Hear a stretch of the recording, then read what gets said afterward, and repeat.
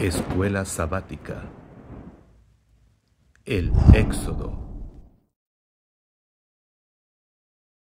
Llegamos al viernes 18 de julio. Feliz día de preparación. Que el Señor te bendiga. Sé que quizás fue una semana de arduo trabajo, una semana difícil, pero sigue confiando en Dios. No te alejes, no te sueltes de su mano, porque separados de Él nada podemos hacer. Para estudiar y para meditar. Nota cómo empeoraron las cosas para Moisés y su pueblo después de que éste se presentó por primera vez ante el faraón. El rey, lleno de ira, sospechaba que los israelitas tenían el propósito de rebelarse contra su servicio. El descontento era el resultado de la ociosidad, según lo que el faraón pensaba.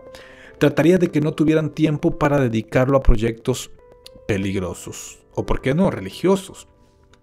Inmediatamente dictó medidas para hacer más severo su trabajo y aplastar el espíritu de independencia, para que no tuvieran otra cosa que pensar más que afligidos por el trabajo.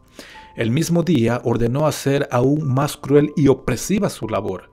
En aquel país el material de construcción más común eran ladrillos, secados al sol. Las paredes de los mejores edificios se construían de este material y luego se recubrían de piedra, y la fabricación de los ladrillos requería una gran cantidad de siervos. Como el barro se mezclaba con paja para que se adhiriera bien, se requerían grandes cantidades de este último elemento. El rey ordenó ahora que no se suministrara más paja, que los obreros debían buscarla ellos mismos, y esto exigiendo que fabricaran la misma cantidad de ladrillos. Esta orden causó gran consternación entre los israelitas por todos los ámbitos del país. Los comisarios egipcios habían nombrado a capataces hebreos para dirigir el trabajo del pueblo, y estos capataces eran responsables de la producción de quienes estaban en su cargo. Es decir, a mí me exigen, yo les exijo, aunque sean mis hermanos. Cuando la exigencia del rey se puso en vigor, el pueblo se diseminó por todo el país para recoger rastrojo en vez de paja.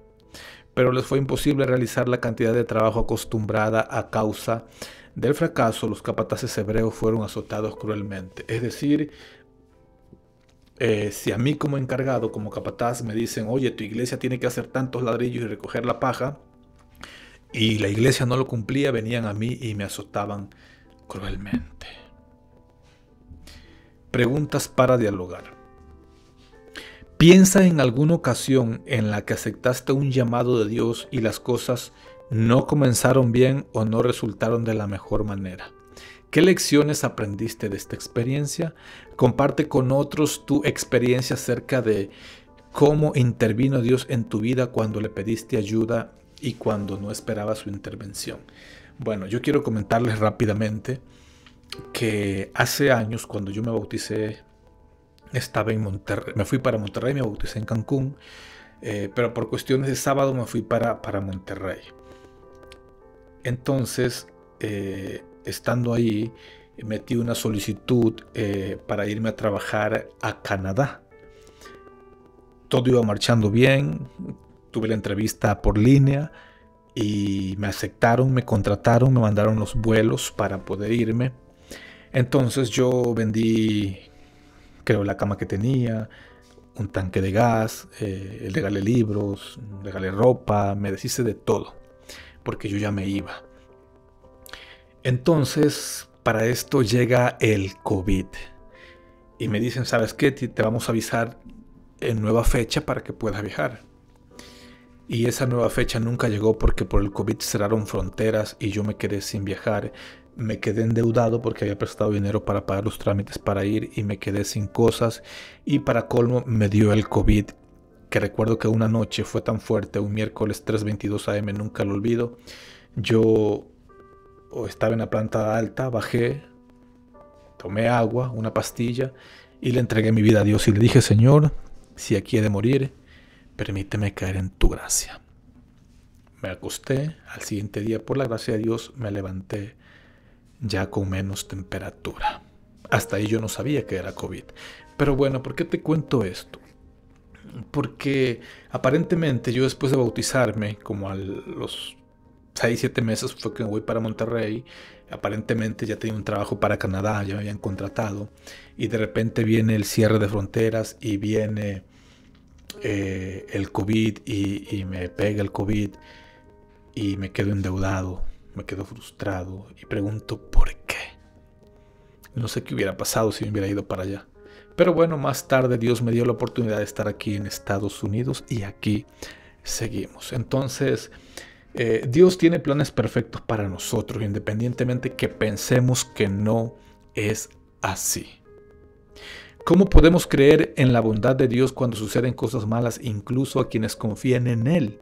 ¿Qué dirías a alguien que declara, no conozco al Señor? Bueno, yo siempre cuento mi testimonio de que era borracho, de cómo vivía y cómo el Señor me rescató y aquí sigo en la lucha. Mi testimonio ha servido mucho, no para que se fijen en mí, sino para que vean lo que Dios pudo hacer con un borracho y puede hacer con cualquiera que le busque.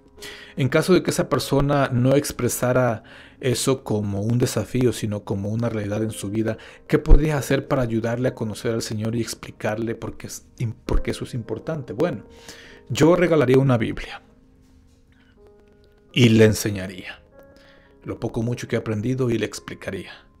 ¿Por qué? Porque dice el Señor que las Escrituras son las que dan testimonio de Él. Alguien que no conoce a Dios, regálele una Biblia, porque ahí está todo escrito de Jesús. Los profetas escribieron de Él. Isaías dijo, como cordero fue llevado al matadero. Enmudeció y no abrió su boca. Entonces, el etíope con Felipe dice, Felipe, oye, ¿entiendes lo que lees? No, pues no hay nadie que me explique. Bueno, yo te explico, le explica. ¿Entiendes? Ahora sí entiendo.